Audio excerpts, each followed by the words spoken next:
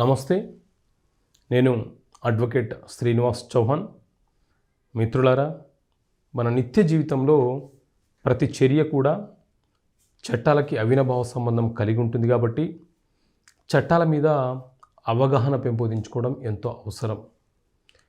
ఈ వీడియోలో మనము టెంపరరీ ఇంజంక్షన్ అనే అంశం గురించి తెలుసుకునే ప్రయత్నం చేద్దాం. తెలుగులో తాత్కాలిక నిషేధపు ఉత్తర్వులు అని అంటాము. ఈ తాత్కాలిక నిషేధపు ఉత్తర్వులు మనము న్యాయస్థానం నుంచి ఎప్పుడు పొందవచ్చు అనే అంశం గురించి తెలుసుకునే ప్రయత్నం చేద్దాం. మన దేశంలో అనేక చట్టాలు ఉన్నాయి. ఆ చట్టాలలో ముఖ్యమైనవి క్రిమినల్ చట్టాలలో సిఆర్పిసి, ఐపిసి, అలాగే సివిల్ చట్టాలలో మనకు సిపిసి అనే చట్టం చాలా ముఖ్యమైనది. ఈ సిపిసిలో ఈ సివిల్ ప్రొసీజర్ కోడ్ అని అంటాం సిపిసిని. ఈ సిపిసిలో మనకు 158 సెక్షన్లు ఉన్నాయి. ఈ 158 సెక్షన్లతో పాటు 51 ఆర్డర్లు కూడా ఉన్నాయి.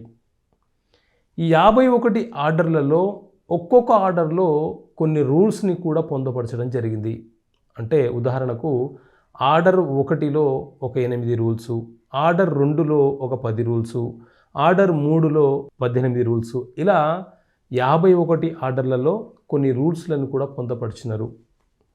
ఇది ఎందుకు చెప్తున్నాను అనంటే, తాత్కాలిక నిషేధపు ఉత్తర్వులు అనే అంశము ఆర్డర్ 39 రూల్ 1 ప్రకారము మనం న్యాయస్థానంలో కేసు ఫైల్ చేయవచ్చు. మరి ఏ సందర్భంలో మనము టెంపరరీ ఇంజెక్షన్ కోసం న్యాయస్థానంలో కేసు ఫైల్ చేయవచ్చు అనంటే, ఆర్డర్ 39 రూల్ 1 ప్రకారము ఎవరైనా ఒక వ్యక్తి మన ప్రాపర్టీని డ్యామేజ్ చేసే ప్రయత్నం చేస్తున్నప్పుడు అతను డ్యామేజ్ చేయకుండా అతనిని నిరోధించడానికి, అతనిని మన ప్రాపర్టీలోకి రాకుండా చేయడానికి మనము న్యాయస్థానంలో టెంపరరీ ఇంజెక్షన్ సూట్ ఫైల్ చేయవచ్చు. అలాగే మన ప్రాపర్టీని అన్యాక్రాంతం చేసే ప్రయత్నం చేస్తున్నప్పుడు ఆ ట్రాన్సాక్షన్ను నిషేధించడం కోసం మనము టెంపరరీ ఇంజెక్షన్ ఆర్డర్ న్యాయస్థానం నుంచి కోరవచ్చు. అదేవిధంగా రాంగ్ఫుల్లీ సోల్డ్ అనే అంశం కూడా పేర్కొన్నారు. రాంగ్ఫుల్లీ సోల్డ్ అంటే ఏంటి అని అంటే, ఒక తండ్రి గారి వద్ద నుంచి ప్రాపర్టీ పెద్ద కొడుకుకి వచ్చిన తర్వాత చిన్న కొడుకుకి ఆ ప్రాపర్టీ పార్టీషన్ ఇవ్వకుండానే పెద్ద కొడుకు అమ్మే ప్రయత్నం చేస్తున్నప్పుడు చిన్న కొడుకు అది అమ్మకుండా ఆపండి అని చెప్పి టెంపరరీ ఇంజెక్షన్ ఆర్డర్ తెచ్చే అవకాశం అతనికి ఉంటుంది.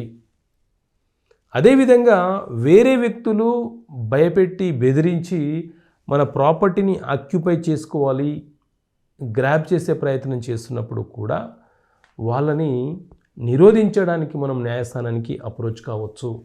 ఈ సందర్భాల్లోనే కాకుండా మనం ఏదైనా ఒక సినిమానో బుక్కో ముందుగానే ఒక టైటిల్ని రిజిస్టర్ చేసుకున్నాము. మరొక వ్యక్తి అదే పేరుతో రిజిస్టర్ చేసుకునే అవకాశం చేసినప్పుడు ఆల్రెడీ నేను ఆ పేరుతో రిజిస్ట్రేషన్ చేసుకున్నాను, మరొక వ్యక్తి అదే పేరుతో రిజిస్ట్రేషన్ చేసుకొని మమ్మల్ని నష్టపరిచే అవకాశం ఉంది, ఆ పేరును తొలగించాలి, ఆ పేరు రిజిస్ట్రేషన్ కాకుండా చెయ్యాలి అని చెప్పి మనం న్యాయస్థానంలో టెంపరరీ ఇంజెక్షన్ సూట్ ఫైల్ చేసుకోవచ్చు, ఇంజెక్షన్ని కోరవచ్చు. ఇంకా కొన్ని సందర్భాలు అనంటే, ఉదాహరణకు ఎవరైనా అధికారులు తమ బాధ్యతలను నిర్వర్తించకుండా నిర్లక్ష్యం చేసినప్పుడు హైకోర్టులో మనము రిట్ పిటిషన్ ఎట్లా ఇస్తామో అదేవిధంగా వారి మీద ఇంజెక్షన్ సూట్ కూడా ఫైల్ చేయొచ్చు. ఉదాహరణకు ఒక హాస్టల్ వార్డను అతని యొక్క విధి పిల్లలకు భోజన సదుపాయాలు కల్పించడము, ఎలాంటి సదుపాయాలు కల్పించకుండా నిర్లక్ష్యం చేసినప్పుడు అతని మీద కూడా మనం ఇంజెక్షన్ సూటు అంటే ఆ బాధ్యతలను నిర్వర్తించమని కూడా వేయవచ్చు. ఇలా ఆయా సందర్భాలను బట్టి ఆర్డర్ 39 రూల్ 1 ప్రకారము మనము ఇంజెక్షన్ సూట్ వేసే అవకాశం మనకు ఉంటుంది. సో ఇది ఇంజెక్షన్ సూట్కి సంబంధించినటువంటి చట్ట ప్రకారంగా ఉన్నటువంటి సమాచారం. Okay friends, thank you. నేను మీ శ్రీనివాస్ చౌహాన్.